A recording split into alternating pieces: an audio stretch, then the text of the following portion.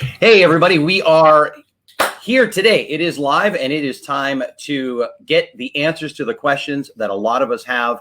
And that is, now that we're starting to get ready to reopen, exactly what steps should we be taking? How do we protect ourselves?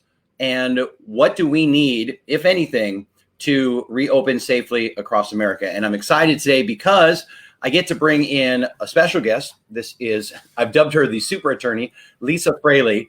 And she'll tell us a little bit more about her and what she does. But she has helped probably hundreds, if not thousands, of gyms and fitness centers across the country protect themselves and be safe. So let's get you in here. 3, 2, 1. Lisa, you're going to pop right in here. Look at that. There she is. Hey, Chris. Hey, how are you? Thanks for joining us today, Lisa. Thanks for having me. I appreciate it. Listen, we got a bunch of martial arts school owners. And by the way, everybody, if you want to ask questions, you can post them in the group here. They should pop up on my screen. And as soon as I see them pop up there, they'll do it. If you did the link click for the access, then your name will pop up. Otherwise, it might just say Facebook user. But we will get to your questions as they pop up in the stream, and we'll do it. So, Lisa, tell us a little bit about you and how you got started. For being a super attorney. Yeah, I don't know that I'm a super attorney, but thank you for that moniker. That's very sweet. I'm happy to be here with you and with everyone. And thank you all, first of all, for the work that you do in helping your students with martial arts around the country and around the globe. I got my start as a healthcare attorney working in a large corporate law firm where I spent several years really helping a lot of doctors and hospitals and physicians understand the legal parts of their business. And then from there, I actually became a health coach. I was eating a lot of sugar and caffeine and not living the most healthy lifestyle, working 1,000,000 hours in the law firm, in the big cushy law firm, just like you think of. Right. And so I needed to get my health in gear. So I became a health coach and then decided to start working with health coaches, holistic entrepreneurs, fitness trainers. And then I also became a fitness trainer through ACE and got my certification. So I have not done martial arts, I confess, but I appreciate the work that you do. And I do spend a lot of time working and supporting fitness owners, gym owners, fitness professionals around the country. Well, that's okay. After this interview today, we're going to get you signed up. I've got a very special offer for you to start martial arts and get you dialed in.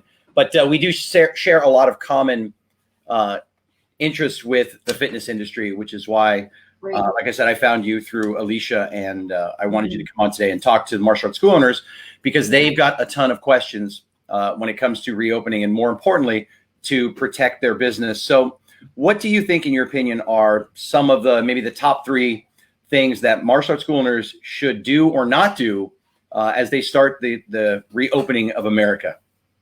Absolutely. And just as we dive in, just so you all know, this is just information and education to help you and support you and kind of understanding some general concepts. It's always good to work with your own attorney. Many of you probably already have done so in opening your businesses.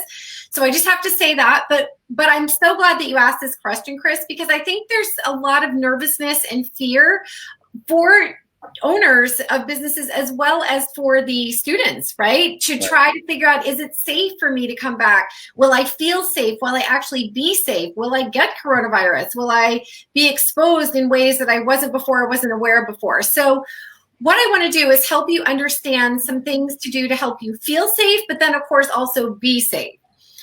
Starting with number 1.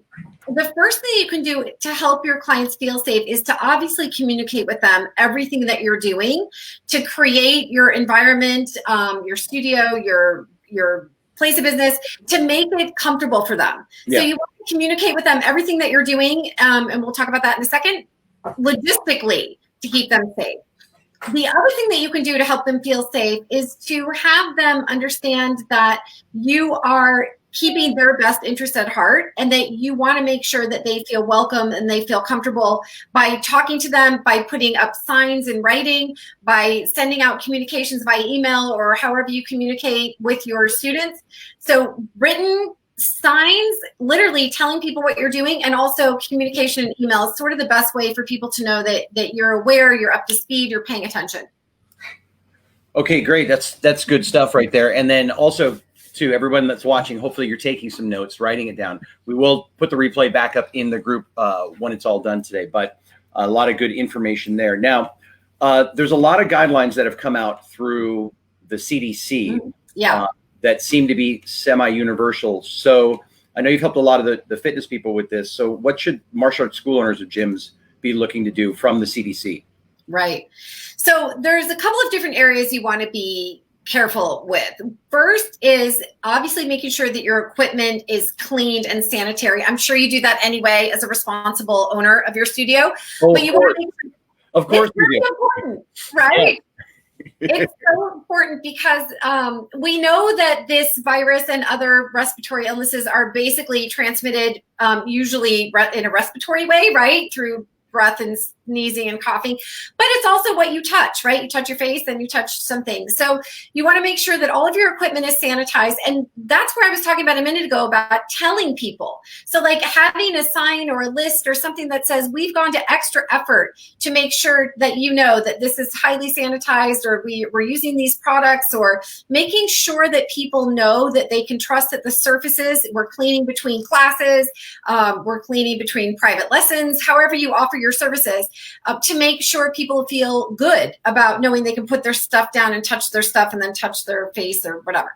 So that would be the first thing, is making sure your surfaces are sanitary and clean. Again, you probably do that anyway, but using extra special caution and making sure you're communicating that. The second thing, which may be hard for you in your setting, is this whole concept of social distancing.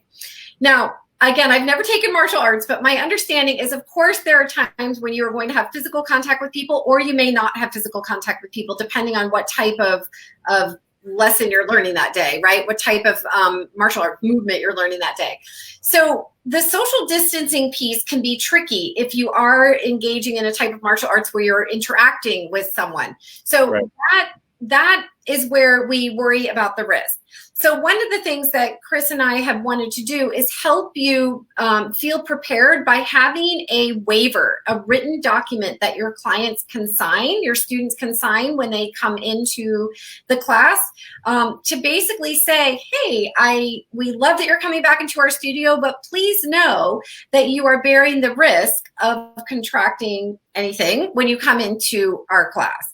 So you want to have them sign a waiver that helps them feel comfortable and help you feel comfortable that you've communicated, we're doing our best here to keep you safe, and you also are assuming the risk. When you come, not only do you assume the risk of injury or risk of something happening, which is just true of any type of fitness, right? But you're also potentially exposing yourself to coronavirus, and we don't want you to hold us liable for that because you may or may not have contracted it in our studio. Okay, so that's another, brings up an interesting point, because I've talked to, and I get to coach and consult martial arts school owners around the country, and I've talked to some of them who have said that they don't need a waiver, that their regular insurance should be enough. So what do you think about that? Like, it just seems that because this is something we've never experienced before. Like for me, I'm like, the waiver that you put together, I'm using it because when I saw it and I read it, I'm like, wow, this is great. Because we've never experienced anything like this before in our life. So to say that regular insurance would probably cover you, like I don't want to work on probably. So I don't think that there's anything necessarily wrong with having them sign an addendum, especially if they're ready to come back and they want to come on the floor. What are your thoughts on that? That's right. So you guys, the law is always about reducing risk. Okay. So anything that you can do to reduce your risk will help you feel safer, and it will help your clients feel safer. The trick is that each person has a different risk tolerance. So some people, you might want to just check your insurance company and see if it's covering you for extraordinary circumstances. Sometimes it will, sometimes it won't. But to also raise people's awareness that, first of all, if you have a new student who hasn't signed any type of a waiver, you want them to sign a waiver, and you want the waiver to be inclusive of this extra step of the coronavirus. Because we just, like you said, Chris, people are not, they're cautious, they're not aware of this, and you are exposing yourself potentially to greater risk in that there's still so much we don't know about this virus, and that it can cause death. Like it just can. And we don't want to freak people out about that. But I think that the more that you can have written evidence that people have signed to show that they agree, to show that they understand, to show that there's no miscommunication. You've spelled it out for them in black and white here, that they're agreeing to these terms, then it gives you that extra sense of comfort and gives them an extra sense of the communication that you're expressing to them. Okay, so that's good. So you would kind of recommend having some type of addendum to anybody's existing release form or waiver. Yeah, absolutely. It can't hurt you. Put it that way. It can't hurt you. It can only help you. So again, it always comes down to your level of risk tolerance. But when it comes to legal steps and legal documents, they are designed to protect and hold and support your business. Like they're designed to help you, not hurt you. And the times that they hurt you is when you don't have them, actually, because you have no proof or nothing to fall back on that are agreeing to the risk that they're taking. And you know, obviously martial arts, I know there's lots of different kinds of martial arts, but there's risk involved of injury already. There's risk involved that people take when they come into the studio. So this is an extra layer of protection, an addendum to an existing waiver, or I also have a brand new waiver that has COVID language in it as well. Oh, okay. Well, I didn't know that. Yeah. So tell me about that. What do you got? So what I found is I was going through, I had created this addendum language for people to use to add to an existing waiver they may already have from their clients' records. But I found that my clients were saying to me, the fitness instructors were saying, but Lisa, I'm not even sure if my original waiver is that great. I don't even know if it's really protecting me. Can you just do one waiver that just kind of has all of it in it together and just create it as one document? And so I said, sure. So that's what I have now is it's a release and waiver that also includes language for COVID, but also all the other areas that you want to have in a written waiver document as well. Okay, that's pretty cool. So that brings up the $1 million question. How do you get that waiver? How do you get that waiver? Well, I do have I call it a do-it-yourself legal template. I have lots in my business, but this one is that I created for you to be able to just download to your computer and be able to fill it in with the name of your studio. You can add your logo to it. You fill out some contact information, and then you have that to use and give to your clients. So you can get that through my website at lisafraley.com/DIY legal templates. And then you just scroll down till you find the one that talks about release and waiver for COVID. Okay, great. And I'll put that link up in the group. Yes. In just a minute. I was seeing if I could do it while you were talking, but you out-talked me there.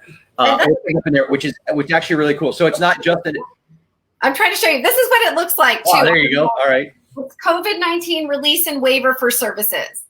Okay. That's what you're looking for. Cool. And it's basically, so you're like LegalZoom for the fitness industry. Yeah, that's exactly right. I'm like LegalZoom for the fitness industry, but all of the language is already designed for health and wellness professionals, fitness professionals.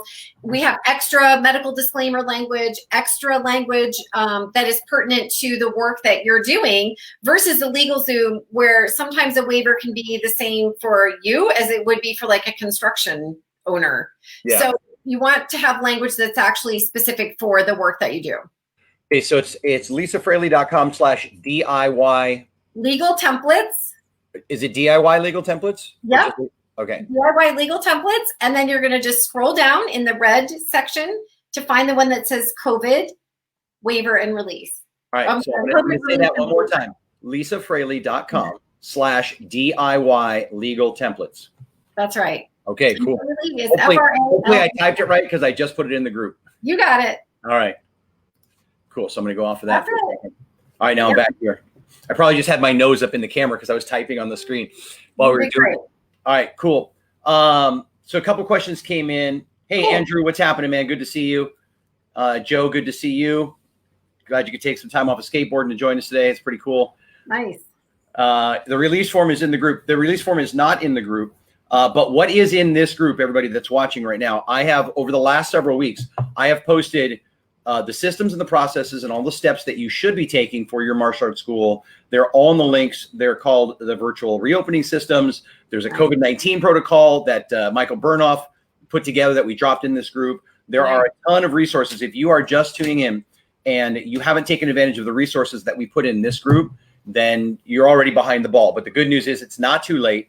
We're actually on the other side of this now. We're on the reopening of our company, but every part of the country is different. So no matter where you are, no matter what stage of opening or not opening you're in the US right now, Canada, unfortunately, I know we got a couple guys and girls from Canada. I can't speak for Canada right now, but it's different everywhere in the world. But all the tools and resources that you need are up here or in the file section of this group. Plus now with the stuff that Lisa has, you're really going to be super protected. And Lisa, with what you said, like I'm a big believer in that. It's better to be overprotected than underprotected. And it's better to have a little insurance on the side than to just hope that you're covered or that you think that your existing waiver, it would be there. And what we did was I took your addendum and I printed it out on a clipboard, and we started having, people come in last night for the very first time. And after we took their temperature, made sure they were wearing a mask. The very first thing they did was they had to sign that addendum to walk out on the floor with us where we have it spaced out. So that's great. Yeah. So all of those things, and it does depend on your state law. That's the other piece I just really want to emphasize is make sure that you're following your state's guidelines. And I love that you talked about wearing a mask, having people making sure they're following the rules, because you don't want to be putting your business at risk for a citation or a fine or anything like that, or even just a warning. You want to be, you are leaders in the community. You're leaders in what you're in your profession, and you want people to look up to you with that respect, to know that you are following the rules and doing what you're supposed to keep everyone safe. Right. That's super important. Okay, so Lisa, someone said, does it contain language for a photo video release for social media? Yes, it does. Ooh, it does. That's solid. Yep. Okay. It's already in there. Very quick. All right. Boom, boom, boom. You just said something, guys, just brought up the other thing I wanted to say, and that was protection of your assets, right? That's the other part of it too. And I think, my whole argument, and you know Bedros, yes? Yes. Yeah. So he went off on a rant last week that was epic. And I was like, I agree with that. Like, I agree with what you're saying. Thousands and thousands of people a day can go inside of a Walmart and a Target and a Lowe's and a Home Depot. They can go in the liquor store and the pot clinic.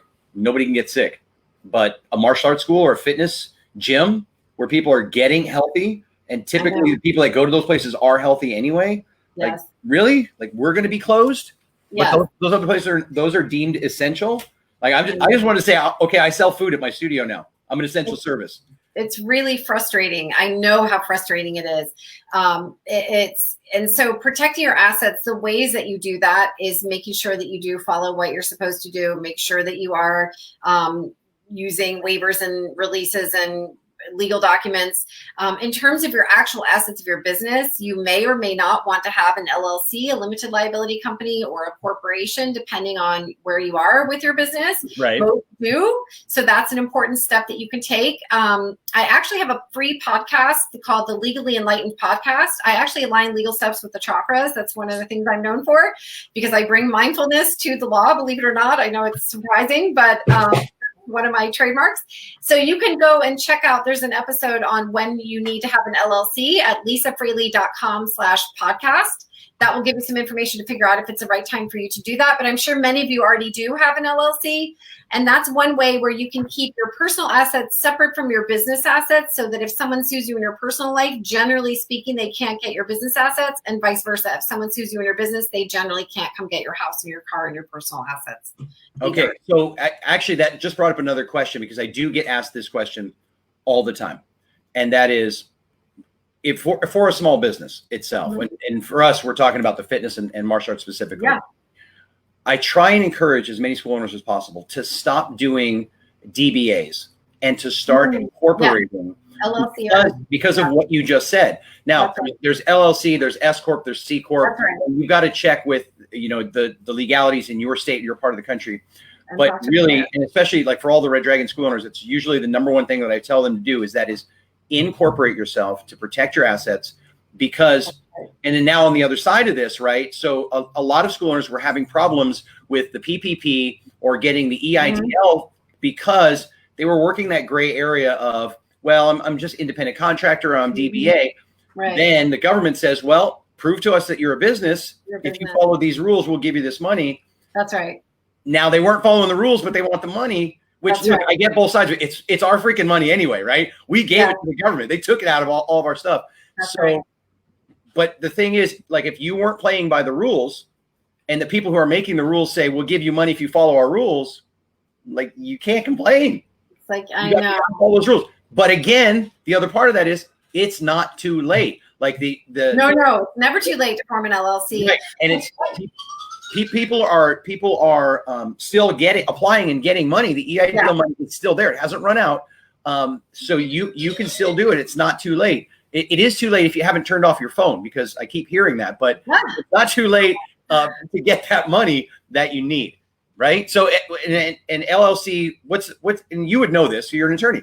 What's the big difference between an LLC, like an S or a C Corp? Okay, absolutely. So an LLC is the simplest, easiest legal entity that you can create. That's a business, a separate business. So part of what I want you to do is to think about creating the LLC, because it is good to talk to a lawyer on the front end before you get it set up, because it has lots of pieces. Each state is different. You have a federal piece in there too with the federal tax ID number. Make sure it's done correctly. But then you really only have to pay a small fee every year and file a form to keep it going. It's super easy to maintain. You don't have to do tons of corporate filings or things like that. So LLCs are the easiest, simplest way to go.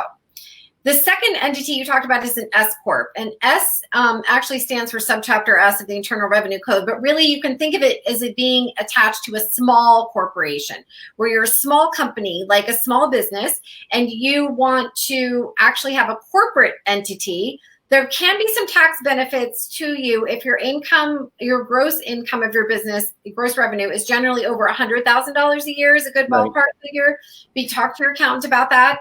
But you also have a little bit more formalities of what you need to do around paying taxes generally 4 times a year on the corporate tax schedule, keeping different records, filing corporate documents. So it's a little bit more of an expensive type of entity to have, and you want to make sure that the cost benefit is weighing out, which is why we usually say the rule of thumb is if you're over $100,000 a year of revenue in your business, that's a good time to think about doing an S Corp. A C Corp is another company a type of company you can have. It's usually for larger companies. Sometimes smaller companies have them, particularly if you have investors or angel investors or other levels of shareholders that you want to own the business. But often small businesses do just fine with an LLC or an S Corp. You don't have to have an actual C corporation. Okay, good. So, and again, I'm happy to have you here, because you're asking questions I didn't even ever know the answers to. I heard that an LLC is for if you have partners, or could you do an S Corp if you had partners or investors that you also had in your business? Yeah, you can do an S Corp if you have partners too. The reason why people do C Corps is if you have ownership shares that are not going to be evenly weighed. In other words, like if you want people to be a silent investor, a C Corp is a good way to do that. Or you want to sell your business, a C Corp is a really good way to do that sometimes. But an S Corp, you can form an S Corp with more than one owner. That's not a problem at all. More than one shareholder. And an LLC, you can have more than one owner as well. Okay, good to know. Good. That's why you taught me stuff I did not know, so that's good. Yeah. You want please make sure you do talk to a lawyer, talk to an accountant to make sure you're setting up the right entity for you, for your business, for your circumstances, and also your plans for the future, what you want to do in the future as well. Okay, great. Thank you for that. Okay, so what else do we want to ask you? And by the way, thank you for being here and doing that. I know you're busy. And what state are you in? So my business is based in Ohio, but I also have a home in Maine. So I spend a lot of time in New England, actually. But I'm an Ohio girl, and I grew up in Ohio and spent my whole life there. Okay, so the whole New England thing, like, all right, I am just anti-patriots. I'm gonna end this live stream right now. That's it. It's over. I get it. I hear that all the time. And interestingly, I'm actually more of a college football kind of gal, because I grew up in Ohio State Buckeyes and more Midwest football. But yes, I hear you. I love the Patriots or they hate the Patriots. There's really no middle ground. Yeah, but the funny thing is, I like Tom Brady. I think he's freaking amazing, and what he's accomplished is like incredible. I may become a Tampa Bay Buccaneers fan now. I know, it's going to be interesting to see what happens. And he got Gronkowski with him. I know.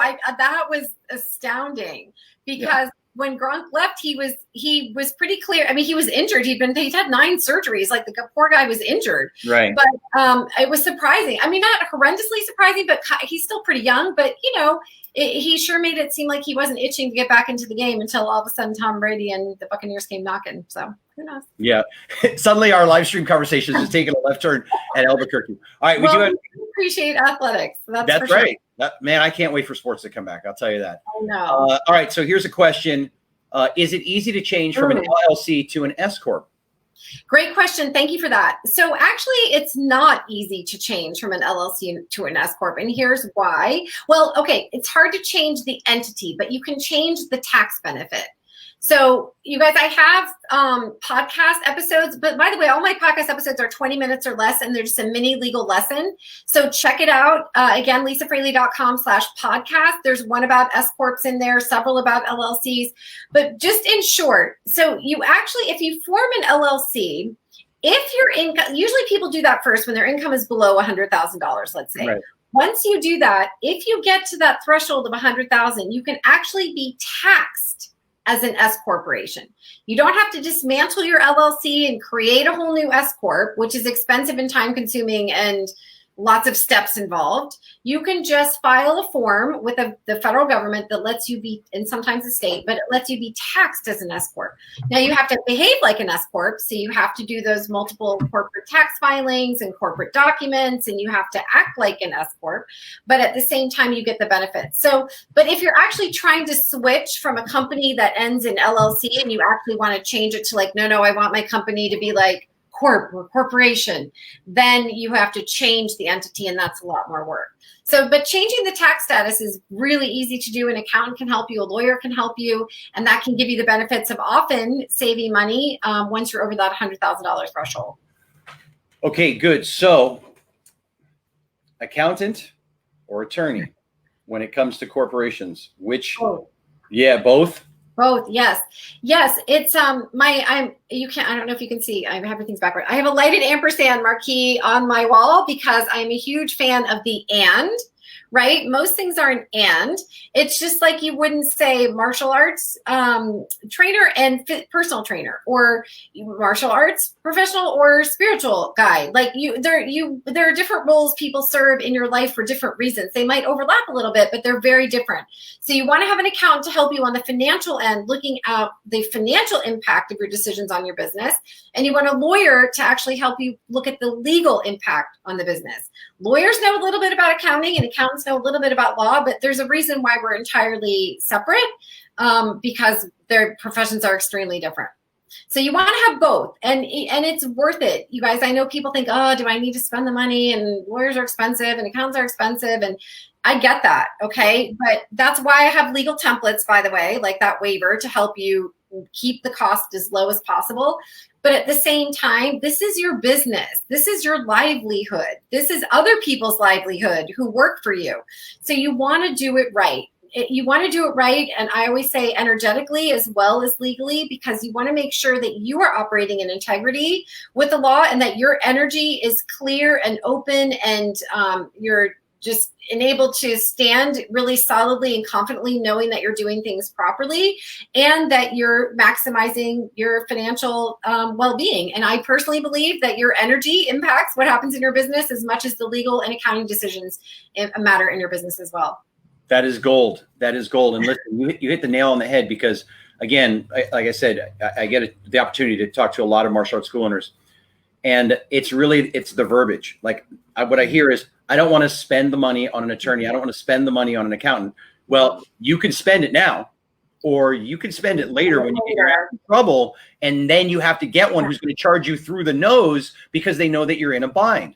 So you're not spending, you're investing, and you hit the nail right on the head. You're investing in yourself to have an accountant who can go through your books, to look at your records, to have an attorney that you can turn to for advice. That's not a spend. That's an investment in right now, and it's an investment in the future.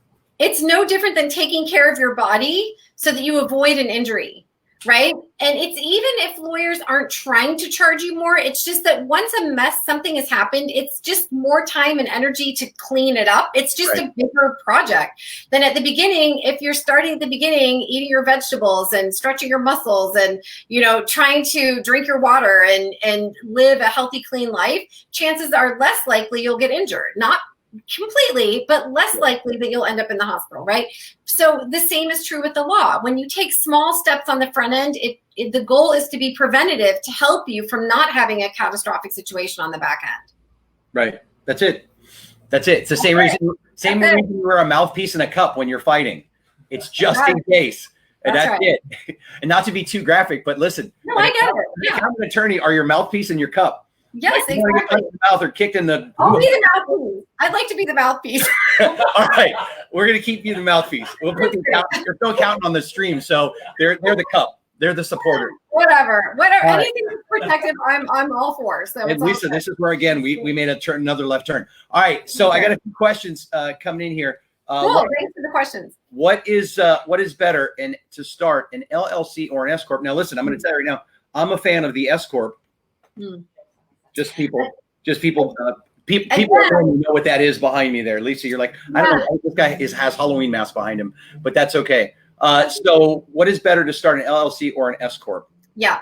So usually it comes down to the income that you're making. Okay. So generally speaking, if your gross revenue is less than $100,000 in your business right now, then generally an LLC is the cheapest, best place to start because there are extra costs with an SCorp that generally, it's not until you're making over $100,000 that actually the cost benefit weighs out. So you have to spend more money for accountants and payroll and people running your books and doing corporate documents. And when you have an SCorp, I mean, Chris, I think you're right that overall it's better. But if you're smaller or just starting out, then don't spend the money on an SCorp unless you talk to your accountant and lawyer and they advise you to do so, because sometimes it ends up costing you more because your income isn't at the level yet where you actually get the benefit from the tax side. So it's a mathematics game, but LLCs are simple and easy to start if you're just starting out. If you're farther along, then an SCorp might be the right choice for you. I like it. SCorp. SCorp, yes. SCorp. I do have podcast episodes about SCorps, like what is it? When do I need it? When should I have one? So you can listen to that 20 minutes while you're out for a walk or a run or whatever, not doing martial arts, but whatever else you're doing, then you can have a quick listen and I promise that it will be entertaining and not too painful. There you go. And then it's just math, right? 12 months in a year. Yeah. If you're doing $9,500 a month or less, then you're probably in the LLC category. If you're doing 10,000 or more per month, then you're in the SCorp category. It's just math it out. Or if you're heading in that direction, you're like, I'm going to do 10,000, I'm going to do 12, 15,000. That's right. Then you want to SCorp. Okay. So, and here's another good question. Then it kind of goes along that line. When you talk about 100,000 income, is that my business gross income or my personal income? It's usually your business gross income. But again, talk to your accountant about that because it comes down to obviously, you have income and you have expenses, and your taxes are determined based upon your income minus your expenses. You end up in a tax bracket. And for a corporation or an LLC, you want to be at a place where it's actually not going to be more expensive to have an SCorp. So your personal income, what you take home, actually depends on you, right? And your accountant. You decide how much of that becomes your personal income and how much you leave invested in the business. So you want to look at the business as a whole with income at the gross level, the large full revenue level, and then be able to make your determination from there. That's my recommendation, but always talk with your own accountant and your own attorney to make sure you're making the right decision for you. Can't say that enough. Okay, that's great. Another question come in. So I've got one of the martial arts school owners was an LLC, but now they've surpassed that 100,000 gross income. Okay, which is great. So congratulations. Yes, congrats. So now, what should they do? Should they stay in LLC? Should they switch to an SCorp? Yep. So let me tell you an example of my own business. So when I started out, like everyone, we all start out at zero and make income from there. So I started as Lisa Fraley Legal Coach LLC, right? An LLC. Then my income grew over $100,000. And so you can keep your LLC entity. I'm still Lisa Fraley Legal Coach LLC, and my income has surpassed this. You can then talk with your accountant or lawyer about filing a document that's called an SCorp election form that allows you to be taxed as an LLC and treated as an LLC, but you don't have to dismantle, treated as an SCorp and taxed as an SCorp, but you don't have to dismantle your LLC and create a whole new SCorp. Okay, you can keep your LLC like I do, and you can file this form to be taxed as an S corporation. That way you save the money and the time and the energy of not having to get rid of your LLC.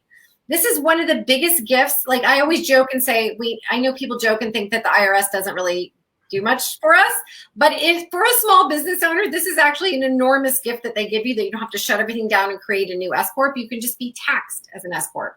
So talk to your accountant about an S Corp election form and go from there. Okay, great. That's good stuff. And listen, that's just it, right? There's stereotypes in everything. Like there's stereotypes for attorneys, for accountants, and for the government, for the IRS. So the knowledge that you are giving and that you're helping people with is very powerful, because you can get attorneys to work for you. You can get accountants to work for you to help your business not only survive, but thrive. That's what we do. Like that, I always say I'm a heart-centered, you can tell I'm not your typical attorney. I was a cheerleader in high school. I ran track, I ran cross country. Like I'm not at all your typical attorney. I align legal stuff with the chakras. I bring energy and mindfulness into law. Like who does that? What lawyers do that, right? So like most lawyers are, believe it or not, you guys, good people who really do want to try to help you with your business. They do. We want to help you on the front end. The problem is, like you said, Chris, people usually come to us on the back end when they're upset or having a conflict or a problem with the client. And it's a much less pleasant experience to work with a lawyer then. So try to do as much as you can on the front end to keep yourself safe and reduce your risk to protect this beautiful business that you are working so hard to build. Yep, that's great. And that kind of aligns with advice my dad gave me a long time ago when I was younger and starting out. He said, you know you're successful not by how much money you have in the bank, but if you have the phone number of your doctor, your attorney, and your accountant. I love their it. Private number, not their business number. You have their phone numbers, you're doing okay, because you're going to be protected no matter what. Oh, that's great advice from your dad. Well, see, I'm going to have to play that part for him right there. He'll be happy to hear that. That's really good. He thinks I don't listen to him, but I listen to him. That's great. Yeah. Okay, good. So, listen, thank you for your time. I mean, we've covered it. I'm looking for a couple other questions. I don't see any other questions coming through. A ton of useful information here. So let's just recap real quick. Okay. As martial arts schools and gyms start to reopen, we're going to say, number one, wear a mask. Wear a mask, right? Yes. Excellent. Right? Wear a mask. That's gonna be number one. And I think the guidelines, I don't know if it's the CDC or the state and county governments put together, where if you have a gym or a fitness studio or martial arts school, I think it's 6 by 6. You have to build rings in your space. But what I did for our school last night was we did 8 by 8s, and I was able to fit 9, which is good, because for California where I'm at, they said you can have up to 10 people in the building. So it's 9 on the floor plus 1 instructor, which works out great. Perfect. So they should be doing that. Cleaning protocols. Yes. Right? Like we just talked about. Yep. And Chris, I love that you're modeling this for everyone and teaching everyone. Like it does take a little time to figure out what you need to do, but just do it, right? Like just take the time to figure it out, where you are with your state, so that you can do what Chris did and make it easy for yourself to just stay in compliance. Right. An addendum waiver at the least, if not a brand new waiver for them to sign. And of course, cleaning protocols, and then training your staff, right? Because me and you, as owners of our business, like we get it, we know what we're supposed to do. But if you have people that are working for you that you've brought back, or maybe you never laid them off, they can't just be standing around. Like they've got to actively cleaning and sanitizing between the classes, which means for most martial arts schools, your class schedule is probably going to have to change, because most of us, myself included, like my classes run concurrently. There's a 5, a 5:30, a 6, a 6:30, a 7. Now I've got to figure out a new schedule to gap it out, to give my staff and myself 15, maybe 20 minutes between each class to sanitize the bags, to clean off the kick shields, to vacuum the floor, to spray Lysol everywhere, and then to get the next group of people coming in. So you've really got to take the time to plan for that, and you can't guess, and you can't. This is something we can't wing, right? Right. It takes one person coming into your facility, getting sick, then you're screwed.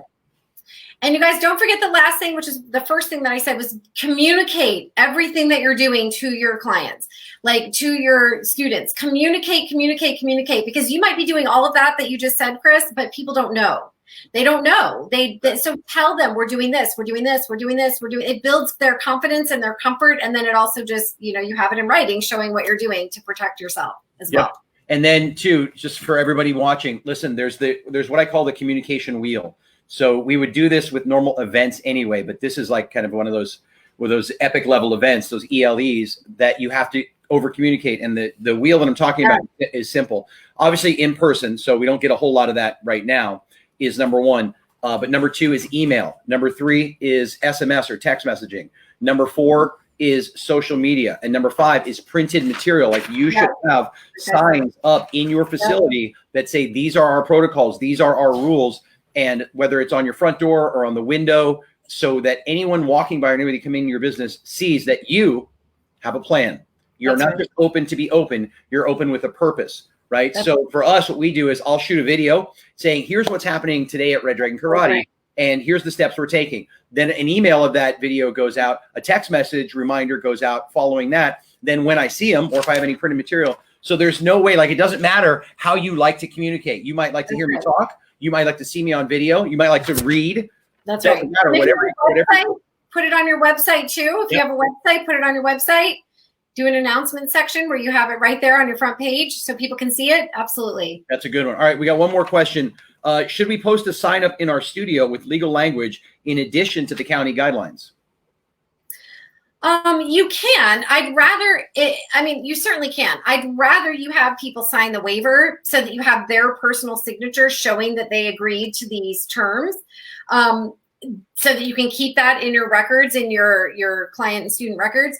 But as Chris was just saying, the signage showing that you're complying, you can prove. If you were questioned, you should be able to prove, like Chris did. We do this, we do this, we do this, we do this, we do this, we do this, and have the numerous ways you're communicating that, numerous ways you're posting that information. It's always do what feels good to you if you want to go above and beyond, but just make sure at least you're doing the minimum. Agreed. All right, so Lisa Fraley, there is her website. Look how high tech I've gotten while we've been on this thing. Testing out this new platform as we're doing it. Yeah, it looks like I actually have a show. How about that? LisaFraley.com/DIY legal templates, and you'll be able to get access to all the stuff that she was talking about: the addendum, the do-it-yourself release waiver, the COVID-19 thing. It does have a thing for social media and photo releases in there. She has done it all. She doesn't mess around. I don't bring just anybody onto the World Famous Dojo Doctor show, but she knows what she's talking about, and she has helped, like I said, hundreds and hundreds of fitness centers and gyms around the country. I know she can help us too, and thank you so much for sharing all that information. And again, for all the martial arts school owners that are watching, checking this out, in this group, because we're in the Business Kombat group, in the file section, it's not too late. You can get access to the tools that you need to continue to survive, to continue to thrive, to continue to go forward. Lisa has a great podcast. You can check that out. It's lisafraley.com/podcast. That's it. Look at that. Your websites are so easy. That's the idea. Even better. But listen, thank you for being here. I appreciate it. I appreciate your time more than anything. I know you're super busy. I know that you're no longer going to be a New England Patriots fan, so I like you even more. And again, thank you for sharing your knowledge and your wisdom with them. It's awesome. Thank you. And thank you, everyone, for your questions. Thank you, Chris, for inviting me. And thank you for the work that you're doing in the world. Seriously, I said that at the beginning. I mean it from my heart. It's so important that you're helping people be healthy and live healthy lifestyles. And you are leaders in your local communities, and people are looking to you to do it right. And I just thank you and honor you for all the work that you're doing. So thank you. Well, Lisa, again, thanks for being here. Everybody that's tuned in, thanks for watching. The replay will be up as soon as this is done. We'll see you all very soon. Enjoy your week. Bye-bye. Bye.